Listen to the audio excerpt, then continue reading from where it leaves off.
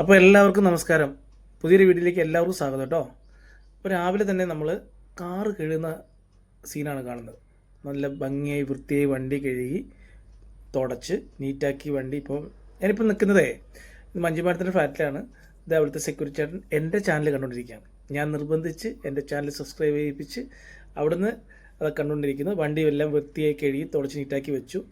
കാരണം രാവിലെ 10:30 ആകുമ്പം മഞ്ജുമാഡത്തിൻ്റെ അമ്മയും വേറെ കുറച്ച് അമ്മമാരൊക്കെ ആയിട്ട് ചെറിയൊരു ടൂർ പോകുന്നുണ്ട്. അപ്പോൾ ഞാൻ നേരെ ഫ്ലാറ്റിലേക്ക് മുകളോട്ട് കയറി പോവാണ്. കാരണം രാവിലെ ചെന്ന് ബ്രേക്ക്ഫാസ്റ്റ് ഇവിടുന്ന് കഴിച്ചിട്ട് വേണം പോകാൻ. ഇന്നിപ്പോൾ ഇഡ്ഡലിയാണോ ദോശയാണോ എന്നറിയില്ല. ഇതേ ചെന്നപ്പോൾ അമ്മമ്മ റെഡിയായിട്ടൊക്കെ ഇരിക്കുകയാണ്. പുതിയ സാരിയൊക്കെ എടുത്ത് സുന്ദരിയായിട്ട് വന്നു. നേരെ ചേച്ചി പോയി ചായ എടുത്തു. ചായയും ഇഡ്ഡലിയും കഴിക്കുകയാണേ. ചമ്മന്തി പൊടിയാണ്, സാമ്പാറൊന്നും ഉണ്ടാക്കിയിട്ടില്ല. അങ്ങനെ ചായയിൽ മധുരം ഇട്ടിട്ടില്ല, കാരണം ഷുഗറിൻ്റെ പ്രശ്നമുള്ളതുകൊണ്ടേ. അങ്ങനെ ഞങ്ങൾ ഇവിടുന്ന് താഴെ ഇറങ്ങി അമ്മൂമ്മയുടെ കുറച്ച് ഫോട്ടോസൊക്കെ എടുത്തു കൊടുത്തു. നേരെ ഞങ്ങൾ അടുത്ത അമ്മൂമ്മയുടെ സഹോദരിമാർ വെയിറ്റ് ചെയ്യുന്നുണ്ട് കച്ചേരിപ്പടിയിൽ. അങ്ങനെ അവരുടെ അടുത്തേക്ക് നല്ല ഞങ്ങൾ അങ്ങോട്ട് പോവുകയാണ്.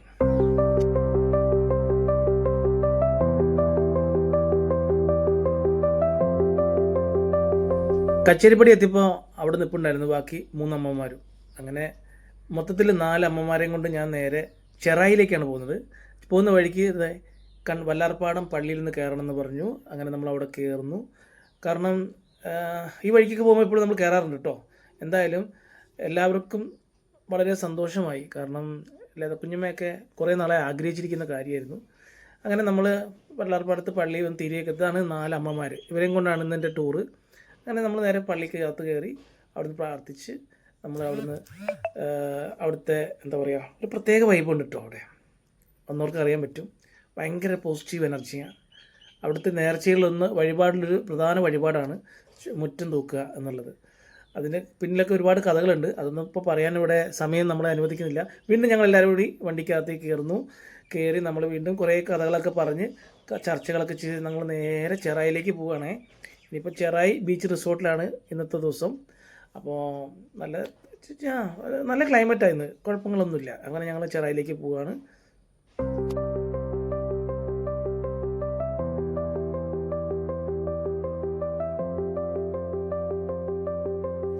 അങ്ങനെ നമ്മൾ ചെറായി ടൗണിലെത്തി. ചെറായി ടൗണിൽ നിന്ന് നമ്മൾ കുറച്ച് മുന്നോട്ട് പോകണം. നമ്മുടെ ലൊക്കേഷൻ വരുന്നത് ചെറായി ബീച്ച് സൈഡിലാണ്. അങ്ങനെ ഞാൻ ഗൂഗിൾ മാപ്പിൽ ലൊക്കേഷൻ ഇട്ടിട്ട് നമ്മളത് നോക്കിയാണ് പോണത്. ഇതിപ്പോൾ നേരെ ചെല്ലുമ്പോൾ 2 വശവും വെള്ളമുണ്ട്. നടുക്കൂട്ടുള്ള മനോഹരമായ റോഡ് ചെന്ന് കയറി നിൽക്കുന്നതാണ് ചെറായി ബീച്ചിൻ്റെ സൈഡിലേക്ക്. നമുക്ക് ഒരു പ്രാവശ്യമെങ്കിലും നമുക്ക് അവിടെ പോയിട്ട് വളരെ എന്താ പറയുക എൻജോയ് ചെയ്യാൻ പറ്റിയ സ്ഥലമാണ്. അങ്ങനെ നമ്മൾ ചെറായി ബീച്ച് സൈഡിൽ കൂടെ നമ്മുടെ ലൊക്കേഷനിലേക്ക് പോകണതാണ്.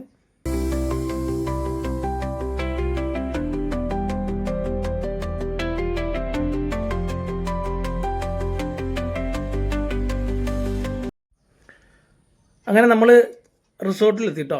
ഇതാണ് ചെറായി ബീച്ച് റിസോർട്ട്. ഫ്രണ്ടിൽ തന്നെ അതിൻ്റെ വ്യൂ എന്ന് പറയുന്നത് ഇത് കണ്ടു നോക്കി. തൊട്ട് ഫ്രണ്ടിലാണ് കടലിനോട് ചേർന്നുള്ള പ്രോപ്പർട്ടിയാണ്. ഒരു ഹെറിറ്റേജ് സെറ്റപ്പാണ്. എന്തായാലും നല്ല നീറ്റ് ആൻഡ് ക്ലീനുള്ള പ്രോപ്പർട്ടിയാണ്. സ്വിമ്മിംഗ് പൂളുണ്ട്. അതുപോലെ തന്നെ ഫ്രണ്ടേജ് വരുന്നത് മൊത്തം ഇങ്ങനെ കടലിൻ്റെ സൈഡാണ്. പിന്നെന്താ പറയുക, നല്ല റൂംസൊക്കെ നല്ല അടിപൊളിയാണ്, നീറ്റാണ് അവിടെ. അതുപോലെ അവിടുത്തെ ഹോസ്പിറ്റാലിറ്റി പറയാനില്ല, അടിപൊളി. ചെറിയ പൂള്, നമുക്കൊരു ഫാമിലിക്കൊക്കെ വന്ന് അവിടെ ഒരു ദിവസം സ്പെൻഡ് ചെയ്യാൻ പറ്റിയ എല്ലാവിധ സൗകര്യങ്ങളും ഉണ്ട് കേട്ടോ.